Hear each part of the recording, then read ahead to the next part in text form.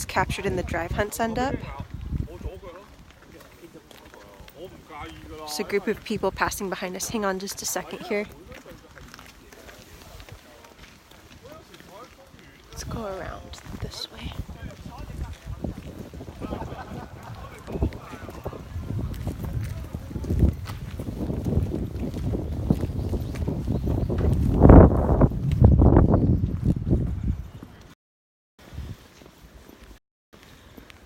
So large skeleton display. And then many of the pens here are where larger captives end up, like pilot whales, Risso's dolphins, false killer whales, some bottlenose dolphins out there as well. We'll walk over there shortly and get you guys a closer look. There's a whale right down here.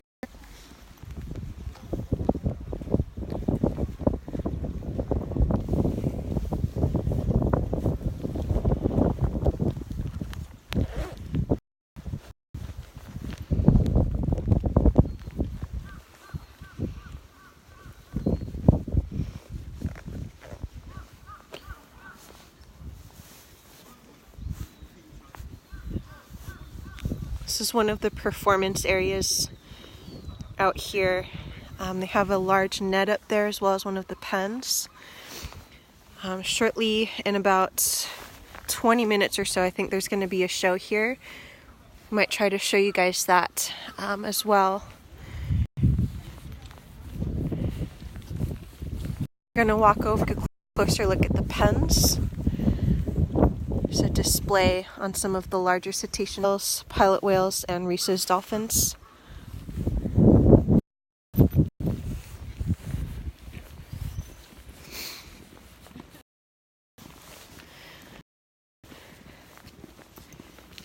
The majority of the animals, if not all of them, were captured in Taiji's drive hunts.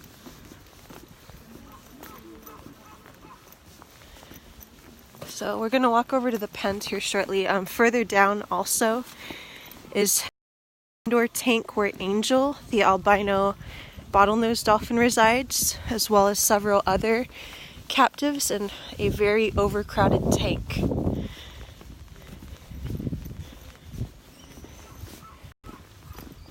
You guys can see inside this pen here there's several cetaceans. There's a false killer whale. Risso's dolphins just kind of lethargic there.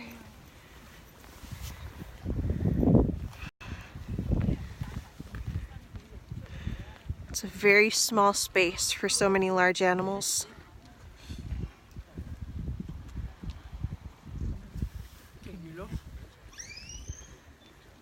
Not sure if you guys can hear them, but there's some vocalizations coming from there as well.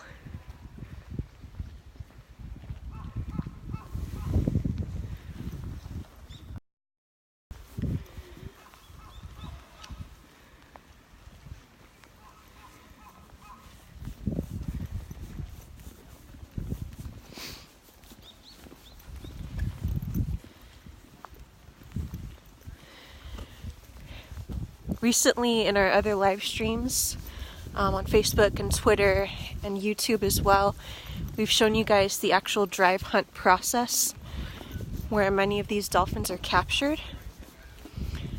Captivity itself is humane. These animals, dolphins as well as other toothed whales, are highly intelligent, highly social, wide-ranging, deep diving, self-aware, and sentient. There's just no way to provide all of their physical, mental, and emotional needs in an artificial setting.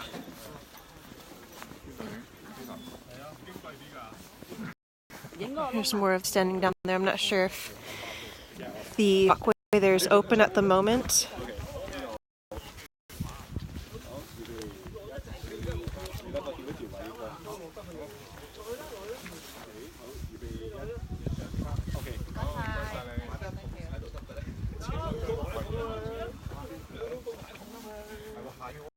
Alright, we're going to walk over to the indoor tank over here. Doesn't seem that the walkway's open right now to get down to those pens. This building here is where there are many captives as well as Angel, the albino bottlenose dolphin. For those of you that have joined us more recently, there's a lot of captives in all these pens here.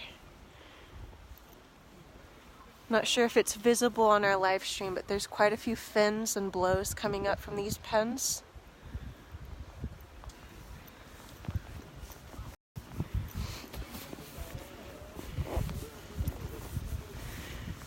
All right, we're gonna go check out the indoor tank here. Sometimes the internet connection gets a little finicky once we go inside here, but we'll try to keep you guys smoothly live as long as we can.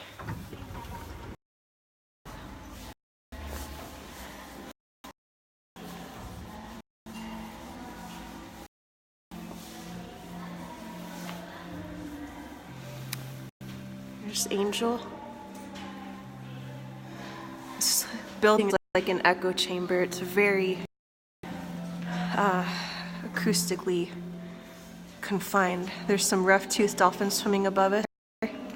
Striped dolphin. There's Angel. Melon-headed whale.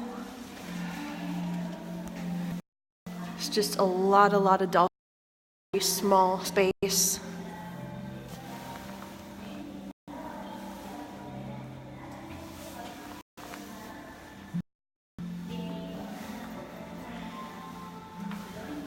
One of these rough-toothed dolphins injury. There's some growths on all of their eyes, actually, it looks like.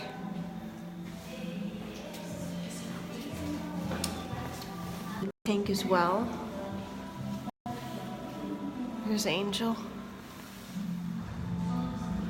The melon-headed whale. If you guys can see, their clothes has a little chunk out of it as well.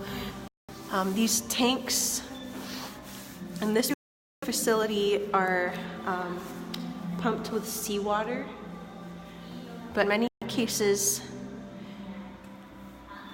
dolphin tanks contain a lot of chlorine. Striped dolphin here. A lot of these species are very, like striped dolphins are capable of diving several thousand feet, but this tank is barely 20 feet deep, if that.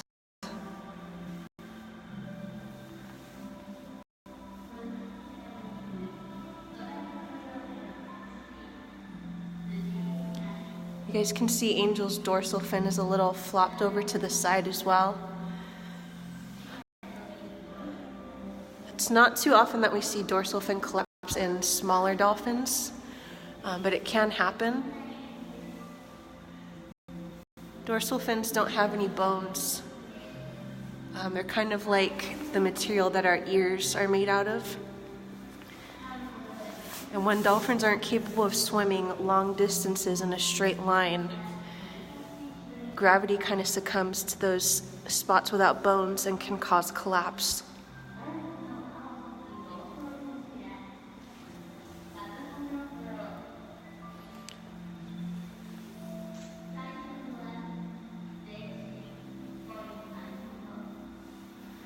These rough-toothed dolphins are just inseparable side by side.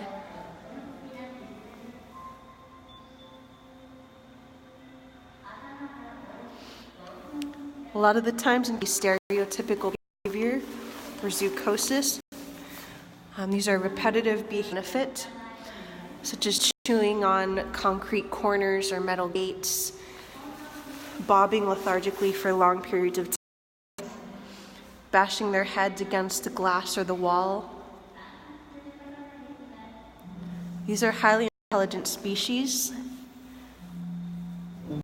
and without enough mental, physical, and emotional stimulation, they can resort to some potentially self-harming behaviors. There's a melon-headed whale right here. This was the species that was slaughtered yesterday.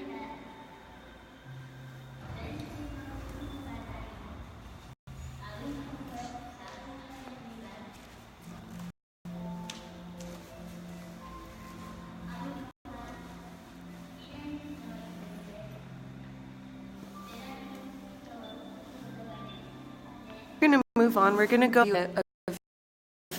the water, which gives you a better idea of exactly how big it is. And the service can cut quite a bit as we're moving through the stairs. So please bear with us for a little while as we move.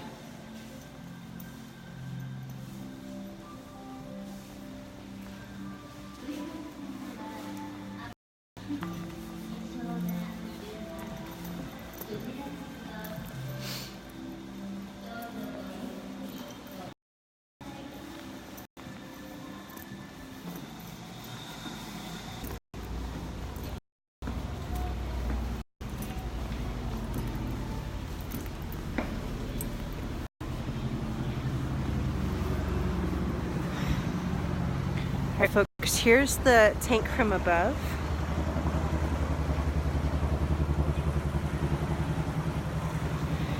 You can see there's some pantropical spotted dolphins floating by the surface right here. That little yellow buoy thing is, yeah, it looks like, but clearly they've got no interest in it at the moment.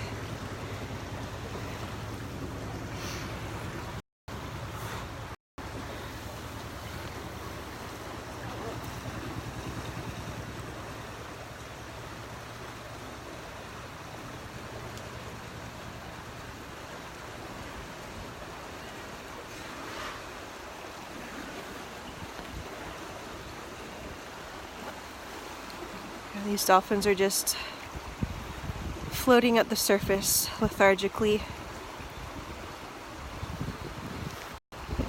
The toys that are placed in dolphin tanks, like that yellow rope with the buoys on it, sometimes they're called environmental enrichment devices by dolphin trainers and employees of captive facilities.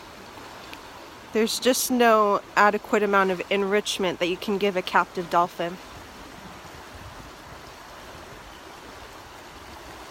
They're deprived of their natural social structures in a captive setting. They can't forage, they can't hunt, they can't dive deep or swim long distances. They're just confined in this little dated and dirty tank.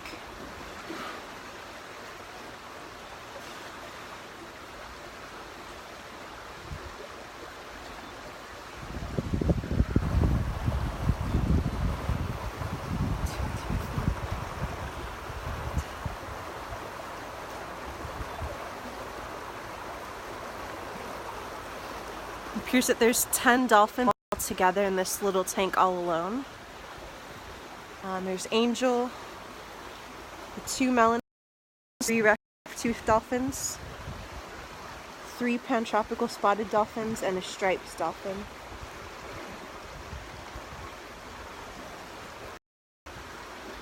And you guys can just see how long these pantropical spotted dolphins are floating at the surface. There's just no stimulation for them. There's nothing to do.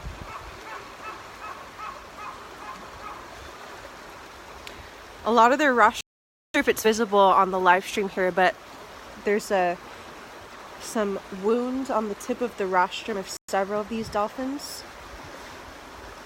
possibly from bumping into the walls of the tank.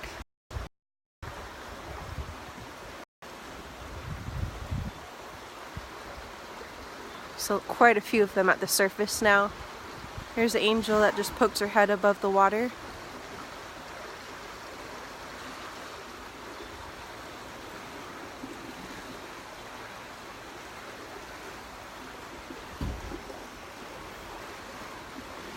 You guys can clearly see they've got no interest in that toy that the trainers have placed in here. They're swimming in endless circles.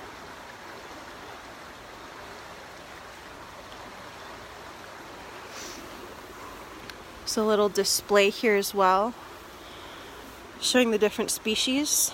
This is a little notice for Angel, the albino bottlenose dolphin. In Japanese they call her Spica, or Spica, which is named after a star. There's a striped dolphin, rough-toothed dolphin, pantropical spotted, and melon-headed.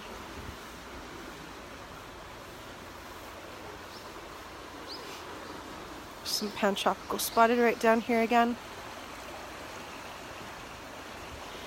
Again, folks, the majority, if not all, of the dolphins on display in this facility are from Taiji's drive hunters.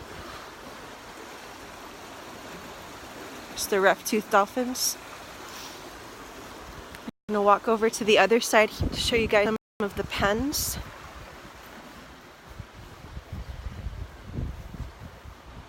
And they've got quite a few pens down here as well. And the show area over there.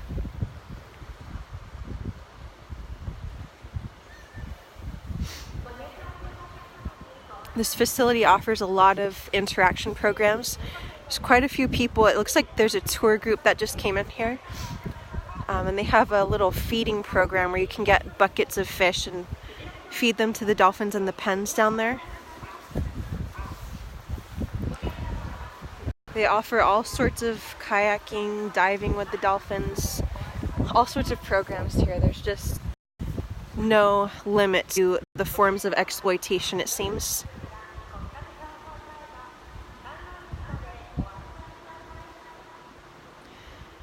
Once that tour group finishes up down there, we'll also head down and show you guys a closer look at the pens.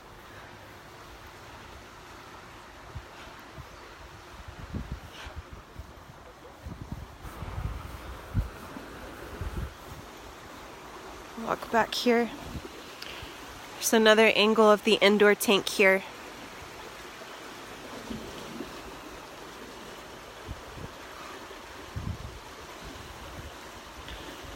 The 3 rough-toothed dolphins are just constantly side by side, flipper to flipper. There. Looks like there's eye injuries or some sort of growth on just about all of it later. In a small confined space like that, if a dolphin is an aggressive tank mate, there's just nowhere to go. In the wild, dolphins could just simply swim away if there's another dolphin or some other species that's giving them aggression. But in such a small space, there's just nowhere to go.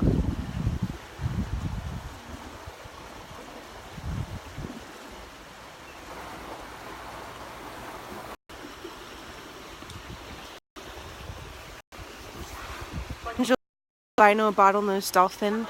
She's a true albino, which means there's no pigmentation in any part of her body, including her eye. And previously, the museum put in claims that they were saving her from sun exposure that she would have been vulnerable to in the wild.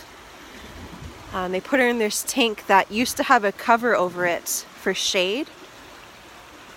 But now she's just completely exposed to the sky of this building for about a year now, since there was a big typhoon last season.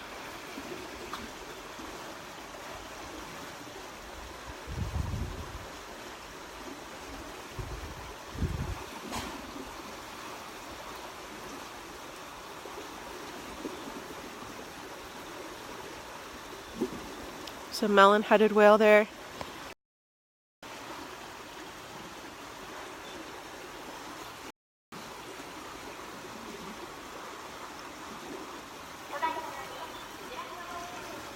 It's right down there below us.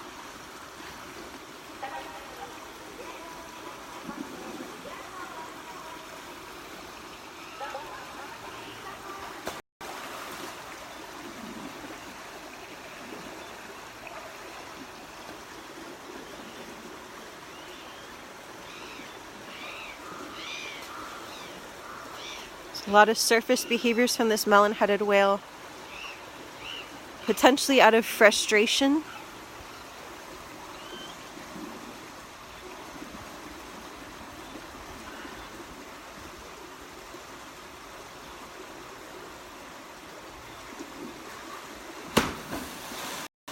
So rough to the water there.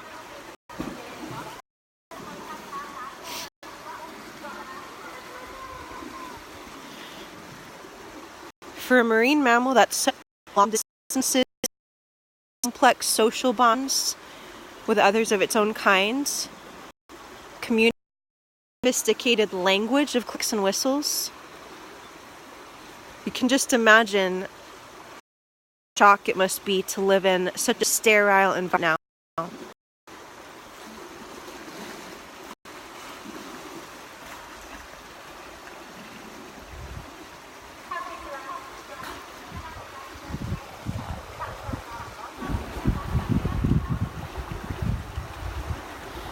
Folks, if you're watching on Facebook and Twitter, please share this live stream. Please help us expose where Taiji's dolphins end up. This is just one example of one of the many places they end up.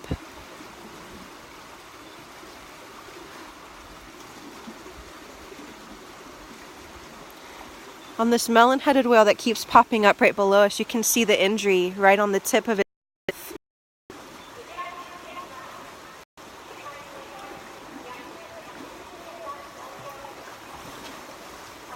Twisting and turning around, just frustrated. Nothing for stimulation.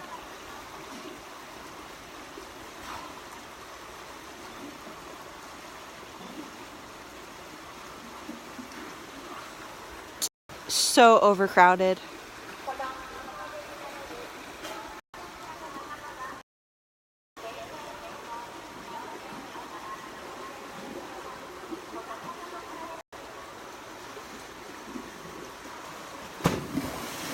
It's a rough-toothed dolphin. And folks, there's no trainers here right now. These dolphins are just completely on their own. We're the only ones up here with them right now.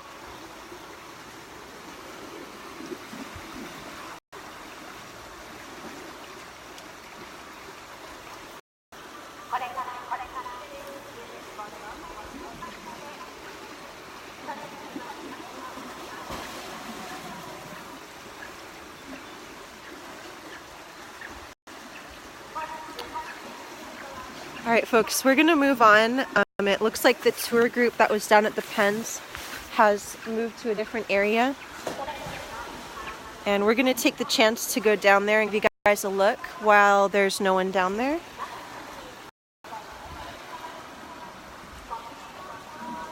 Just one last look at the captives in this tank here.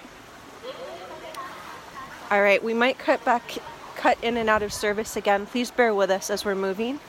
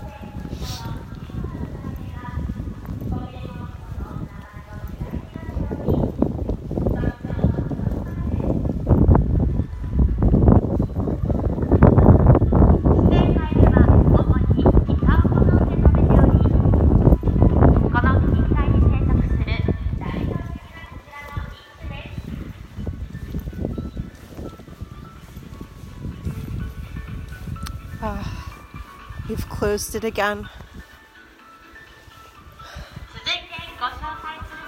We've also got a show going on up here. I'll give you guys a little bit of a look.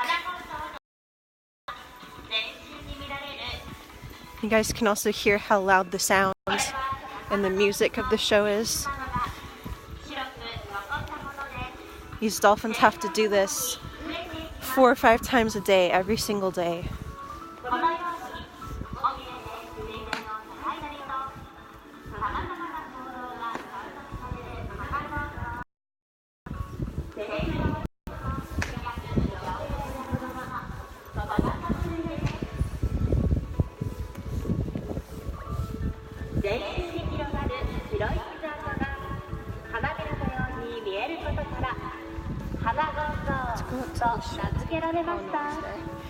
Okay, we're gonna keep walking and show you guys a show tank while no one's over at the other tank.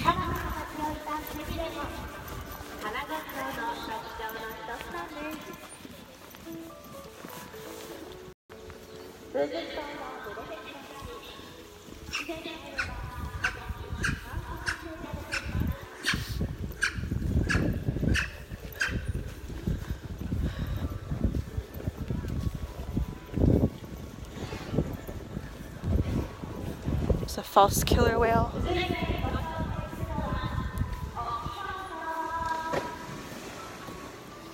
That was the one that was confined in that little tank just before they showed here. You can see how while this show is going on, we're going to give you guys a look at the other tank that's in this facility.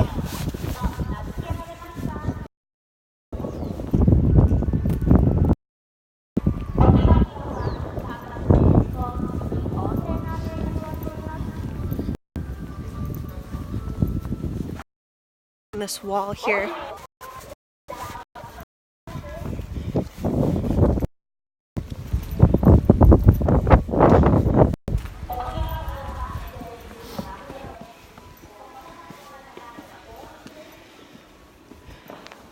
There's 3 pools in this area.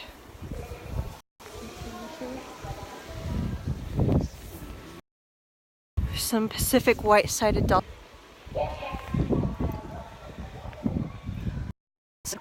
Quite a few bottlenose dolphins in here. It's unclear where those dolphins went. This facility, the Taiji Whale Museum, also acts as a broker to sell many of the dolphin dive hunts to marine parks and aquariums around the world. There's some Pacific whiteside swimming around us there.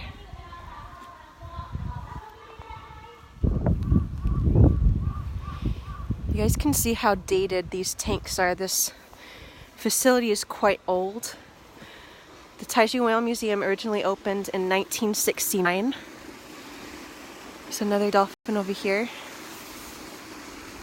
Looks like a striped. This one's swimming below the surface as well. But the Taiji Whale Museum opened in 1969. That is when the connection. There's a striped dolphin here. The drive hunts really kicked off with the connection to captivity, and it truly became a commercial operation. The only thing keeping Taiji's drive profitable is selling these dolphins to be in places like this. This is what we're here to show you guys today. We're here to show you where the captured dolphins end up and what kind of life they end up living.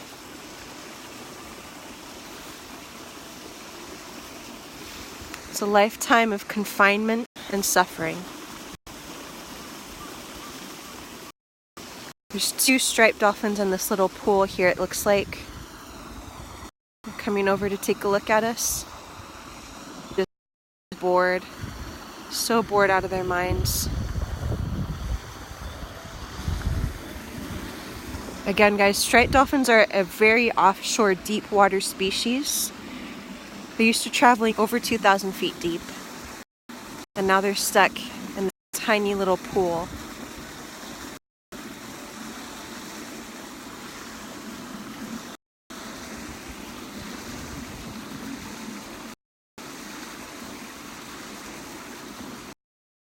There's quite a bit of algae chunks floating around this pool as well.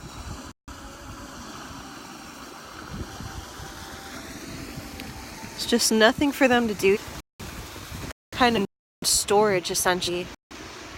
The main show pool is over to the side where the Pacific white-sided dolphins are. These guys are just in here with absolutely no stimulation, no toys or so-called enrichment devices.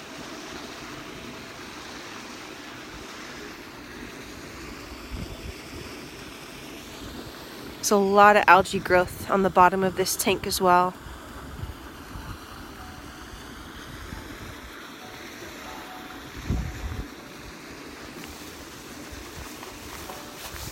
You guys can see the gate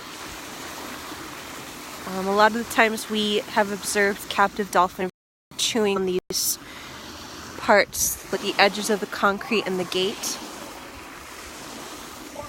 When they're in here 24 hours a day, 7 days a week, for years.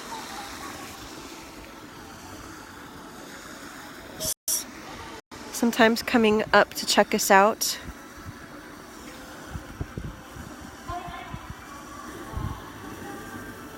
I mean, I imagine they just welcome any sort of distraction or stimulation, living this kind of life.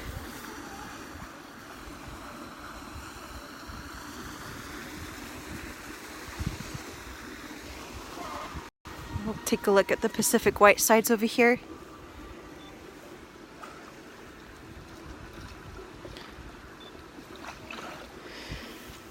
There are 9 different dolphin species on the quota for Taiji's drive hunts. There's shortfin pilot whales, Pacific white-sided dolphins, striped dolphins, pantropical spotted dolphins, bottlenose dolphins, rhesus dolphins, false killer whales, melon-headed whales, and what else am I forgetting? Rough-toothed dolphins. But it appears that all 9 of them are on display here.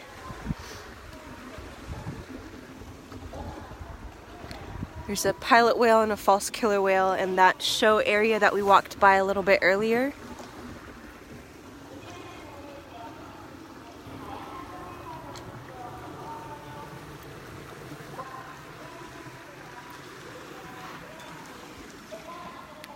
There's our striped dolphin.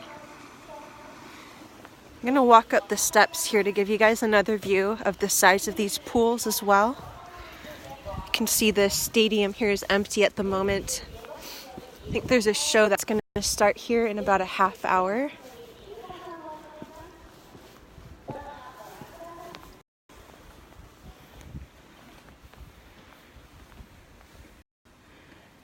It's really quite small, especially that area where the striped dolphins were. There's another pool on that side as well.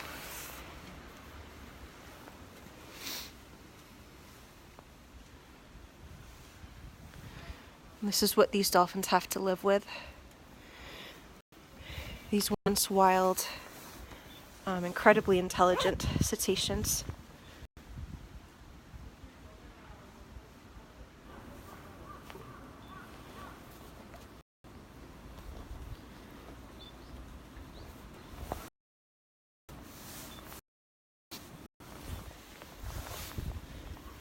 Walk over this way.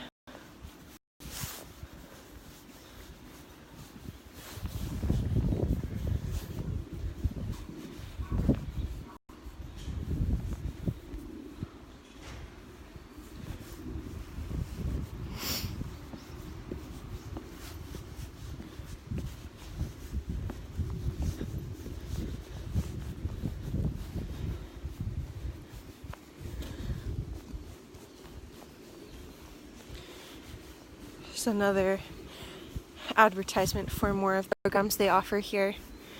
It's a dolphin touching and photo experience. It's a display for the Pacific white-sided dolphins.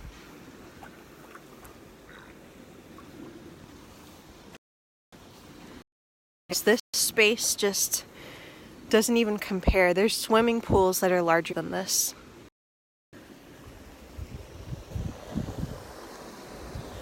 Haven't seen anything come up in this side tank at the moment. Taiji Whale Museum does move a lot of dolphins around a lot. Huge number of sea pen in the bay that's just outside of this facility. There's a huge staff of trainers that is involved in this facility. Many of them participate in the captive selection process during drive as well.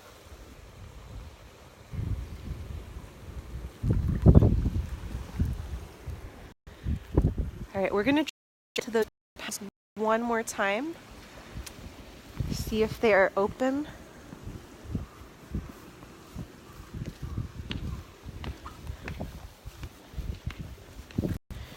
Just turn the camera away from them as we're walking.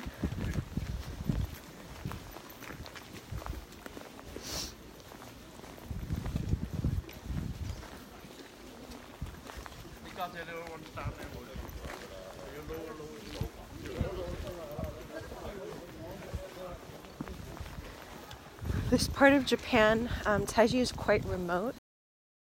Many of the time, I'm from Korea, China, or looks like since the show has ended, killer whale and pilot whale and rhesus dolphins that were in that little pen are out and roaming about here. If you guys can hear the blow from that false kill, it's incredibly powerful. It just goes to show how big that animal is. It's raising behavior from the older cetaceans out here. Seems to be another stereotypical behavior or repetitive behavior with no apparent benefit. There's a pilot whale that was also swimming around here. See if he'll come up again. Looks like the trainers are getting ready to put them back in the pen. Okay, it looks like the walkway over there is open. We're gonna go down there.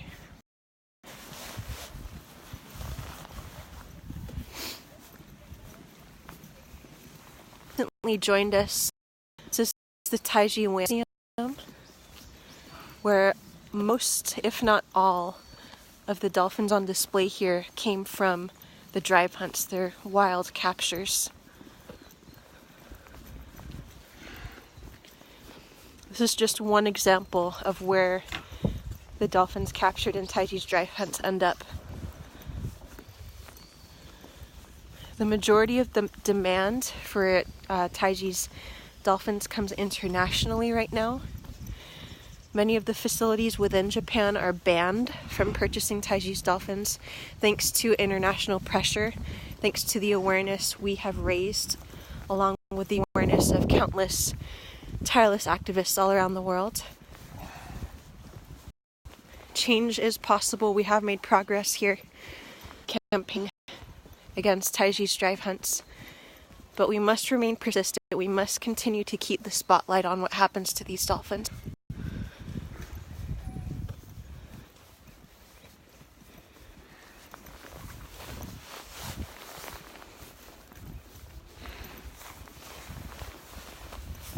To those pens right there.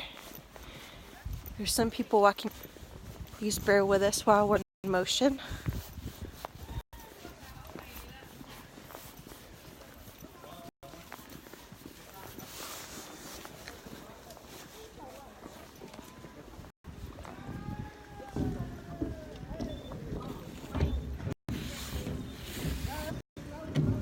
So Rhesus dolphin being fed right here.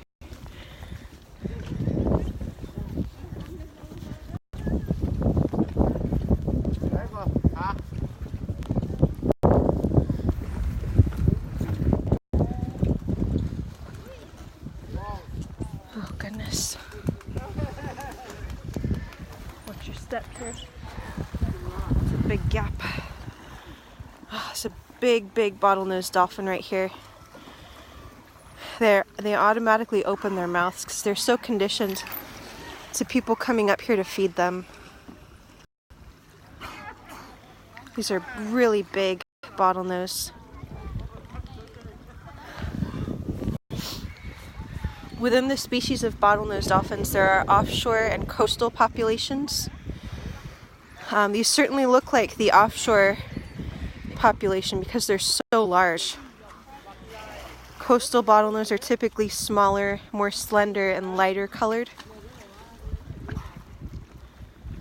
Now, it's hard to communicate the size of these animals from the live stream here. You guys can see there's some folks up there with the buckets.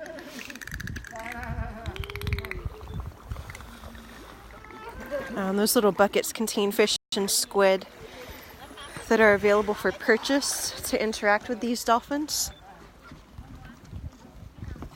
Careful. It's a huge animal in such a small space, guys. This is a really small sea pen. And they're just defecating, urinating, on top of each other pretty much.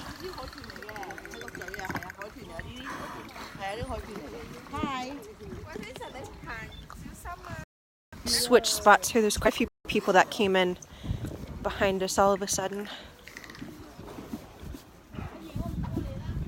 So Reese's dolphin. And exceptionally large cetaceans. They can grow to be 10 to 13 feet in length. It's quite scarred. Reese's have a unique skin. They have a depigmentation that's unique to their species. It's normal for them to have a lot of scars. Some people get alarmed with the amount of scars you see on a Reese's dolphin. There's a pilot whale right here, and another Reese's dolphin. This is the white Reese's dolphin called Hamada. He's not a true albino. As you can see, he's got a black eye. He's leucistic, where most of his body is white, but there's still some spots with pigmentation. Hamada, along with Angel, are two of the most advertised dolphins of the Taiji Whale Museum. They're oddities, they're very rare, and thus they try to bring guests in by the rareness and the fact that you're only able to see them here. It's like another melon-headed whale right here. Again, these guys just automatically open their mouths. They're just conditioned to people feeding them. Look at that head shaking. There's that pilot whale, just with the tip of his head out, has been floating there for a while.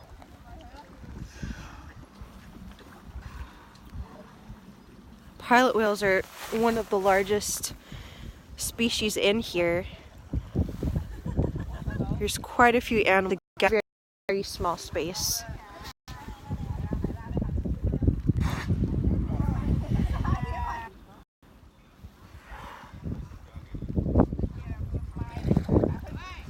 And again, folks, what happens to the dolphins that are captured in Taiji's drive hunts? They're put on display, they're conditioned to accept food from humans. They are trained to learn that the only way they get fed is from performing, essentially. Performing and entertaining people. It's just the heartbreaking reality of what happens to these once wild animals. It's been floating there for such a long time, like that. It's Hamada, the white Reese's dolphin. There's another Reese's dolphin over here that's just kind of been floating for a while.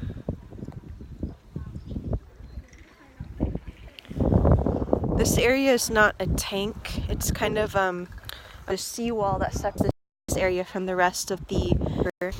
And they've built all these enclosures to keep these dolphins in here.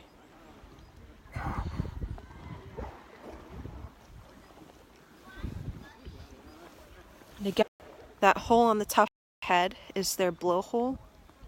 That's how they breathe. And by default, it stays closed like that. They have to think about when and how to take each and every breath.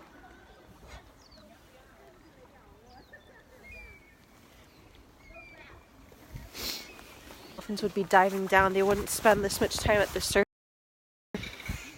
But it's not very deep here. There's not really anywhere for them to dive down to.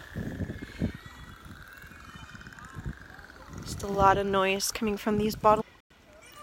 You can see how many pens there are, each with several large animals inside. Many of them just floating, lethargic, nowhere to go, nothing to do, except wait for the... This melon-headed whale has quite a few scars.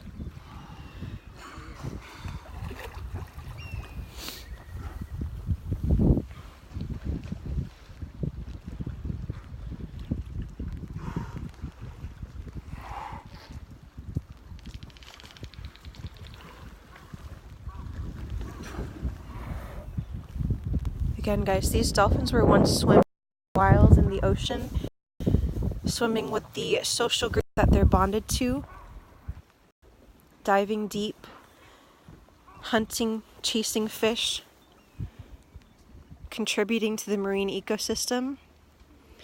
And now they're just here as performers, essentially, for people's entertainment. As long as people continue to purchase tickets to dolphin parks, marine parks, aquariums, dolphinariums, swim with programs, any facility with captive dolphins on display for profit, it ultimately contributes to fueling wild captures. As long as dolphin shows are promoted as these fun, shallow vacation experiences, it'll influence more parks to do the same and copy that business model. Especially in countries with lower animal welfare standards. Those countries that are building new tanks, they need to get dolphins to fill their tanks from somewhere in their mindset. And many of those cases, those dolphins come from Taiji.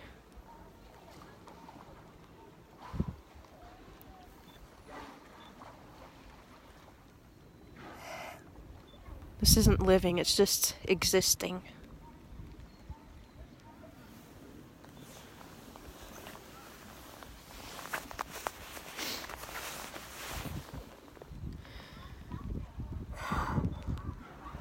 Folks, please continue to share this live stream if you're on Facebook or Twitter or platforms where you can share it.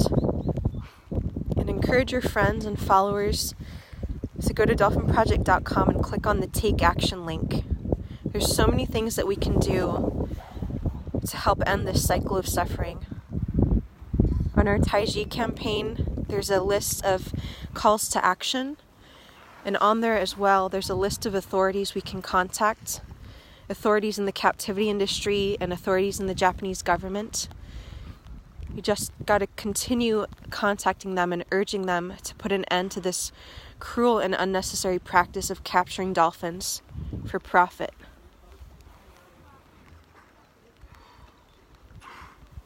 A live dolphin sells for far, far more than a dead one does in Taiji's drive hunts.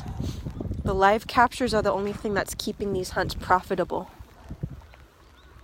If the demand for captive dolphins ends, then the slaughter will end as well. Just yesterday we saw a slaughter of melon-headed whales. This one in front of me right now is a melon-headed whale.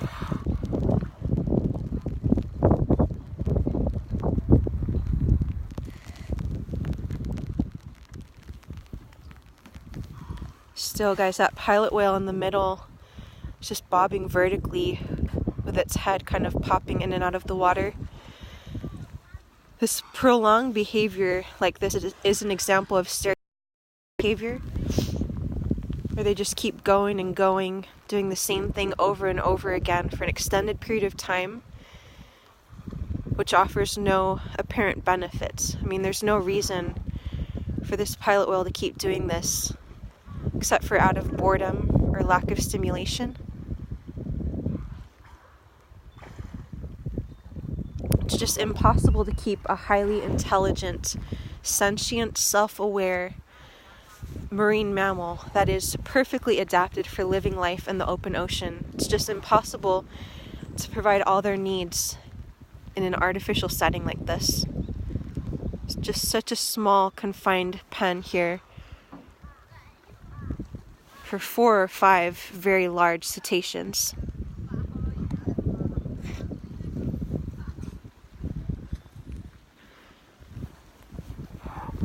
Risa's dolphin has been here for quite a while as well, just behind where I was standing.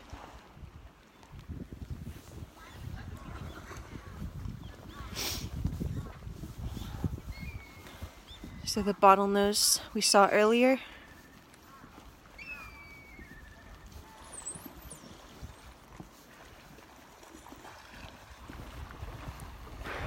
There's another pen of dolphins. Pens in there, but it's blocked off.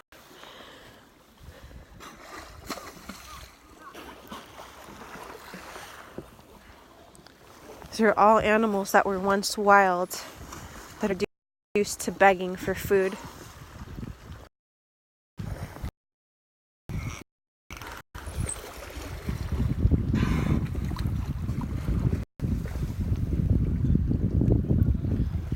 Again, guys, they've got just zero stimulation.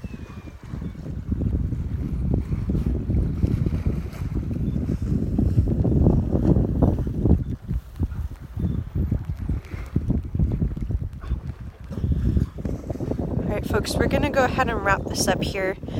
Again, we came into the Taiji Whale Museum just to show you guys an example of where Taiji's dolphins end up, what kind of life they end up living. Please share this live stream, especially with friends or family or classmates that may not know about Taiji. And please encourage them to take action at dolphinproject.com.